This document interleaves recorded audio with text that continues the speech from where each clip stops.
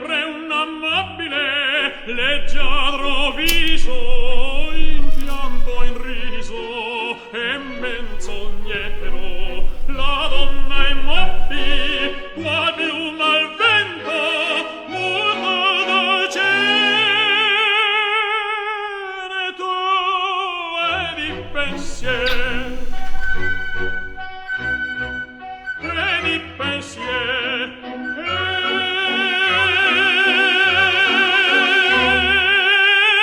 E di pensier.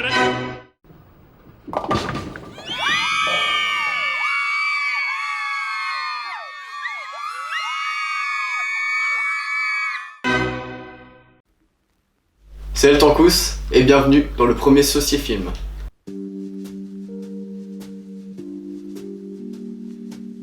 Et là vous allez me demander, mais qu'est-ce qu'un Sociéfilm, El Tancous? Et je vais vous dire tout simplement que dans cette vidéo, on va traiter d'un film qui parle d'un sujet de société qu'on développera à travers des analyses.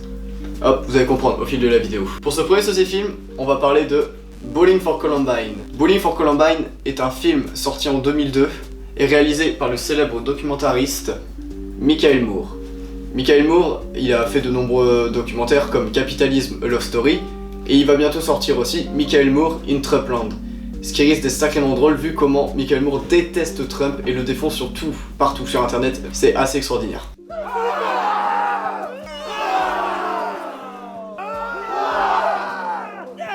Donc c'est quoi qui est intéressant dans ce film? C'est tout simplement pour prouver que les Américains sont des gros cons.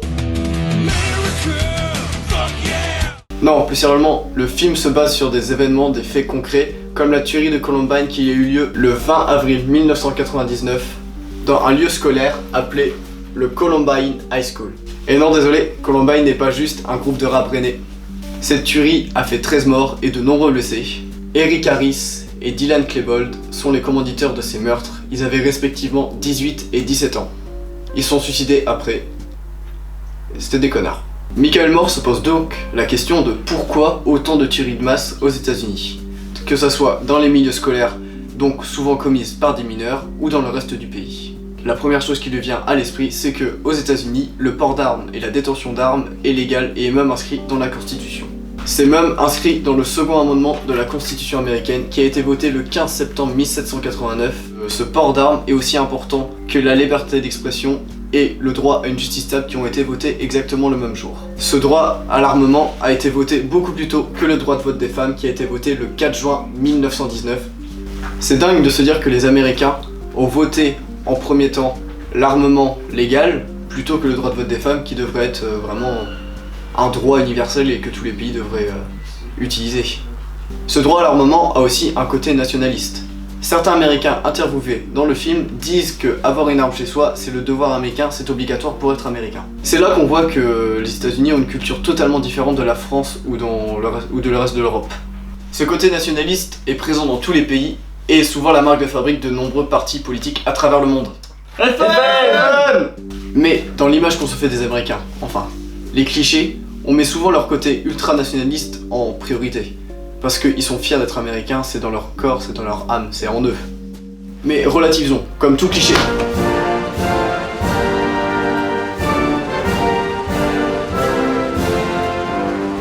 Je disais, comme tout cliché, il est surinterprété. Tous les États-Unis ne sont pas comme ça, et comme nous les Français, nous ne mangeons pas tous des escargots. Leur passion pour les armes n'est malheureusement pas un cliché, et nous allons le voir à travers quelques statistiques, dans les statistiques d'El Tancous. Aux États-Unis, le taux annuel d'homicide pour 1 million d'habitants est de 29,7, soit 15 fois plus qu'en Allemagne, ou même 5 fois plus qu'au Canada, alors que les armes sont légales aussi là-bas. Plus de 300 millions d'armes sont en circulation aux États-Unis. Et à l'heure où je vous parle, il y a eu 19 fusillades dans un milieu scolaire en 2018.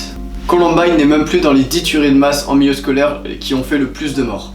Un chiffre qui est quand même assez incroyable, en 2017, 15 590 personnes ont été tuées par balle aux États-Unis. Les USA ont un vrai problème et Michael Moore cherche les raisons de ce problème dans ce documentaire. Michael Moore traite de sujets de société importants comme le rôle des médias qui peuvent influencer toute une société entière.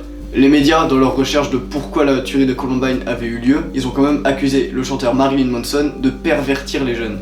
Et il traite aussi de l'histoire dans laquelle s'est construit un pays qui pourrait, selon les personnes, les Américains, expliquer le nombre de morts par balle aux États-Unis. Je vais pas vous expliquer tous les enjeux et les problèmes que traite ce film, car il est plus complet que moi et il en connaît plus surtout que moi. Et plus intéressant que toi, connard!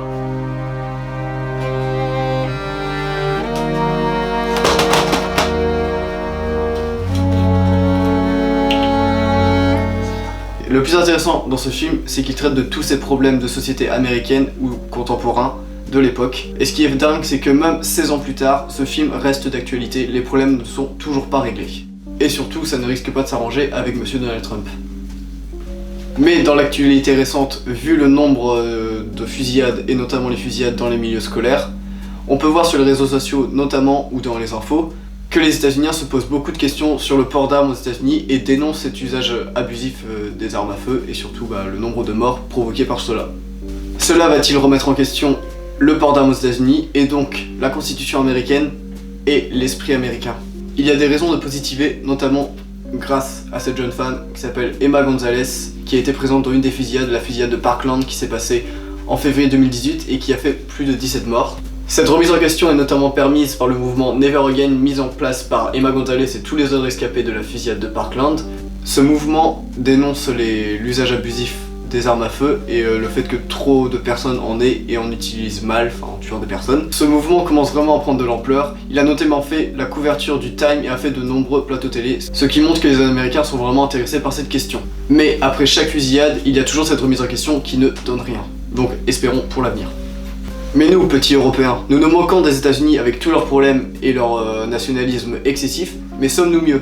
Avec tous nos problèmes non résolus, notamment les SDF qui sont de plus en plus nombreux dans la rue, sommes-nous mieux? Et si le port d'armes était inscrit dans notre constitution, quelle serait notre réaction? Y aurait-il plus de tueries?